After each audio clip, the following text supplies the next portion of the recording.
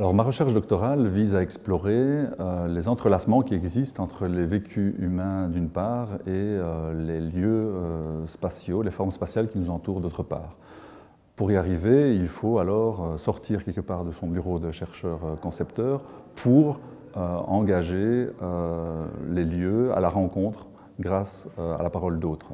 Pour y arriver concrètement, il y a l'usage d'une méthode appelée le diagnostic en marchant qui permet, comme son nom l'indique, de fouler physiquement et cognitivement avec les participants, aller à la rencontre de savoirs d'expérience des différents lieux. Donc le diagnostic en marchant a été appliqué de façon concrète dans le programme de recherche-action participative WADA, Wallonie-Amiens-des-Aînés, où les seniors ont pu faire part de leurs constats sur les environnements habités. Sais-tu que l'on peut trouver des choses hors du commun dans le banal ?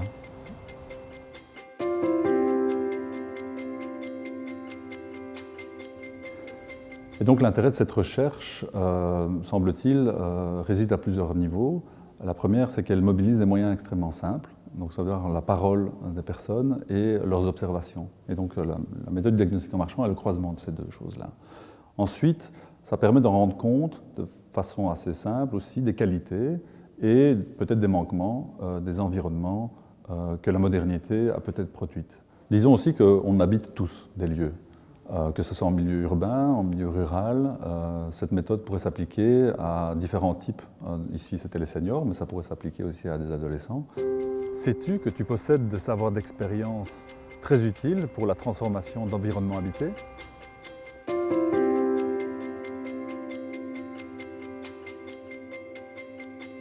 En cette période de crise sanitaire, cette démarche semble pertinente car elle permet de faire émerger de nouvelles valeurs par les communautés participantes.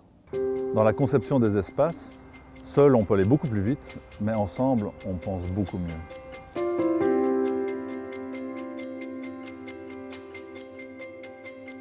Alors une bonne partie des chercheurs en architecture de notre institut partagent leur temps entre l'université, donc la transmission et l'accès à des savoirs spécifiques, et la pratique, c'est-à-dire le métier d'auteur de projet.